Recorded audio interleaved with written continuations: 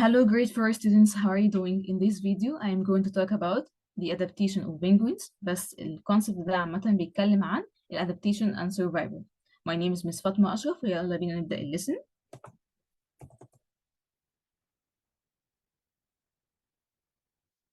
قدامك 3 pictures ل 3 living organisms. عايزك تفكر ازاي كل living organism من دول بيعمل adaptation مع environment اللي هو موجود فيها.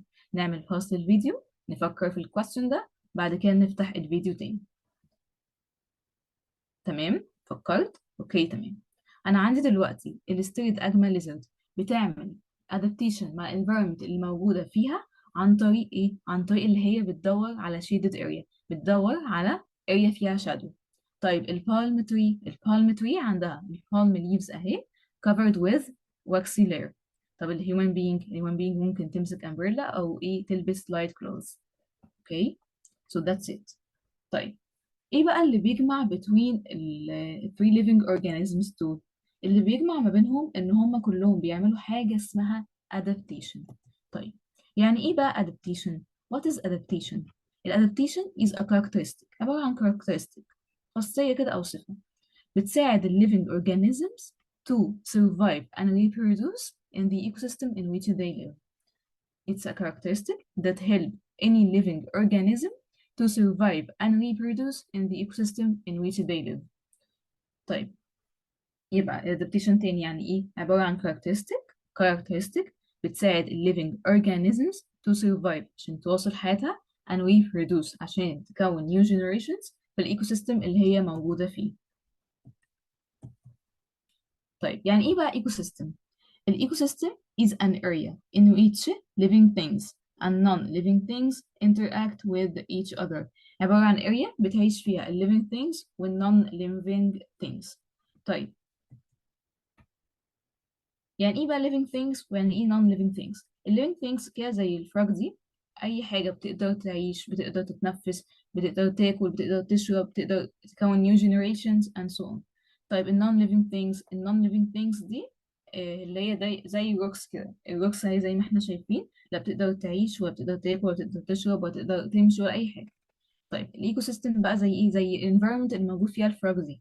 يبقى الايكو سيستم is an area in which living things and non-living things interact with each other. Note for you.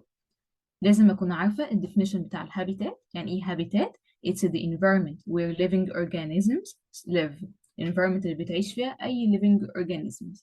طيب زي إيه؟ زي الفورست، زي البولار region، زي الديزرت. penguins feet. دلوقتي عندي سؤالين ليكوا. أول حاجة عندي البوي ده هل يقدر يقف على الآيس لمدة 5 دقايق؟ Of course yes. طب هل يقدر يواصل حياته كلها وهو واقف على الآيس؟ Of course no. What about this penguin؟ هل يقدر يقف على الآيس لمدة 5 دقايق؟ Of course yes. طب طول حياته؟ Of course yes برضه ده penguin. طيب عايزين بقى نعرف ازاي البنجوين بيعمل adaptation مع البولار كلايمت اللي هو بيعيش فيه.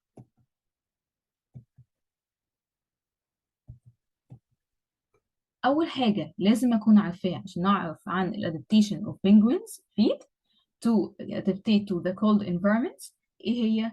اعرف قبل اي حاجه الهابيتات بتاع البنجوين. الهابيتات بتاع البنجوين انتاركتيكا. طيب الهابيتات كلايمت بولار كلايمت. يبقى الكلايمت بتاع الانتاركتيكا عباره عن ايه؟ عباره عن بولار كلايمت. الادابتيشن عندي البادي وعندي الفيت. البادي البنجوين's body covered with dense feathers and a thick layer of fat to keep its body warm. عباره عن dense feathers وتيك layer من الفات عشان تخلي البادي warm. طيب الفيت they have no feathers، ما عندهمش feathers خالص. How do penguins feet stay warm؟ البنجوينز feet عامة بتحافظ على نفسها warm عن طريق الايه؟ moving of blood in the blood vessels through its feet. أنا عندي هنا دي الفيت بتاعت البنجوينز وعندي هنا دي البلاد vessels اللي هي بالريد color وبالبلو color. طيب عندي أول ستيب في الموفمنت بتاعت البلاد في البلاد vessels through its feet إن عندي البلاد vessels hold the cold blood up from the feet. تبدأ البلاد vessels تاخد الكولد blood وترفعه من الفيت. Step number 2 ال other blood vessels تبدأ تاخد ال warm blood down اللي هو موجود في ال feather coated body وتوديه للفيت. step 3 تبدأ بقى ال vessels اللي هي ال blood vessels اللي فيها cold blood وال blood vessels اللي فيها warm blood يبدأوا يعملوا waving around each other. So when they touch, the warm blood vessels heat up the cold blood vessels so the heat transfers to the penguin's feet. يبقى تاني أنا عندي ال penguin's feet stay warm ازاي؟ عن طريق ال way of moving the blood in the blood vessels through its feet. طيب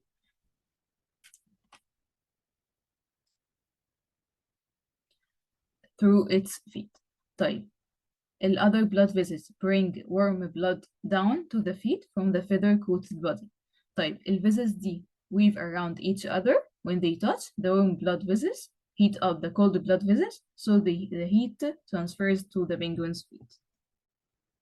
Note for you, the blood moving up into the penguin's body ال blood اللي بيطلع من penguin's body is not cold وال blood اللي بيتحرك لحد penguin's toes is warm enough to keep its toes from freezing. Now quiz time. Choose the correct answer. Question 1. Adaptation help the living organism in all the following characters except surviving, reproduction, hiding, or death. Yes, the answer is death. 2. The steered agma lizard keeps cooling during a hot sunny day in desert by eating green vegetables, drinking more water, secreting more sweat, finding a shaded area. Yes, the answer is finding a shaded area. 3. In penguin's feet, warm blood vessels weave around cold blood vessels, or warm blood vessels weave around its toes, cold blood vessels weave around its toes, cold blood vessels weave around dense feathers. Yes, the answer is A. Warm blood vessels weave around cold blood vessels. Okay, great for our students. See you in the next session. Goodbye.